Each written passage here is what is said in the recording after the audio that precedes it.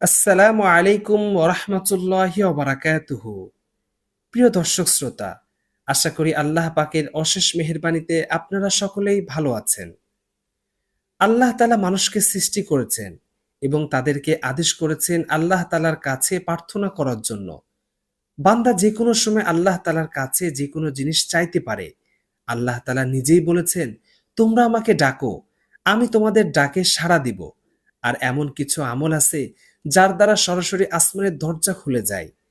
গভীর রজনীতে পুরো দুনিয়া যখন ঘুমের ঘরে হারিয়ে যায়, ঠিক সে সময় কোনো বান্দা উঠে আর আল্লাহ তাআলাকে ডাকে, তার জন্য আসমানের দরজা খুলে যায়। আব্দুল ইবনে মাসউদ রাদিয়াল্লাহু তাআলা আনহু থেকে বর্ণিত, রাসূল সাল্লাল্লাহু আলাইহি সাল্লাম বলেন, যখন রাতের শেষ তৃতীয়াংশ অবশিষ্ট থাকে, আসমানের দরজা খুলে দেয়া হয়। আমাদের রব ঘোষণা করতে থাকেন, আমার কাছে প্রার্থনা করবে কে? আমি তার প্রার্থনা কবুল করব। এভাবে ফজর পর্যন্ত আহ্বান করতে থাকেন। বিপদগ্রস্ত মানুষের প্রয়োজন পুরা করলে আল্লাহ তাআলা আসমানের দরজা তার জন্য খুলে দেন। অন্যথায় তার জন্য আল্লাহ তাআলা আসমানের দরজা বন্ধ করে দেন। আমর ইবনে মুররা রাদিয়াল্লাহু তাআলা আনহু থেকে বর্ণিত, মুআবিয়া রাদিয়াল্লাহু তাআলা আনহুকে আমর ইবনে মুররা রাদিয়াল্লাহু তাআলা আনহু বলেন, রাসূল সাল্লাল্লাহু আলাইহি সাল্লামকে আমি বলতে শুনেছি, গরীব মিসকিন ও নিজ প্রয়োজন মেটানোর উদ্দেশ্যে আগমনকারী লোকের জন্য যে নেতা নিজের দরজা বন্ধ করে রাখে, এ ধরনের লোকেরা দরিদ্র, অভাব ও প্রয়োজনের সময় আল্লাহ তাআলাও তার জন্য আসমানের দরজা বন্ধ করে রাখবেন। মুআবিয়া রাদিয়াল্লাহু তাআলা আনহু এই কথা শোনার পর থেকে এক লোককে মানুষের প্রয়োজন মেটানোর উদ্দেশ্যে নিযুক্ত করেন। যখন কোনো ব্যক্তি এখলাসের সঙ্গে লা ইলাহা ইল্লাল্লাহ বলবে, তার জন্য আসমানের দরজা খুলে দেয়া হয়।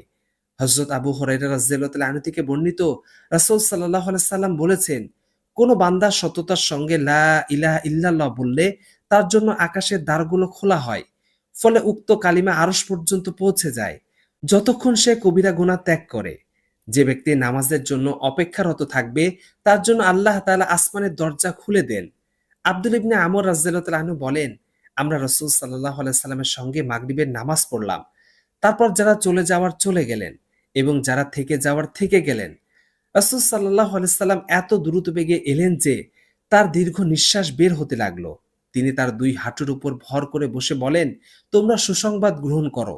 তোমাদের রব আসমানের একটি দরজা খুলে দিয়েছেন এবং ফেরেশতাদের কাছে তোমাদের সম্পর্কে গর্ব করে বলছেন, তোমরা আমার বান্দাদের দিকে তাকিয়ে দেখো।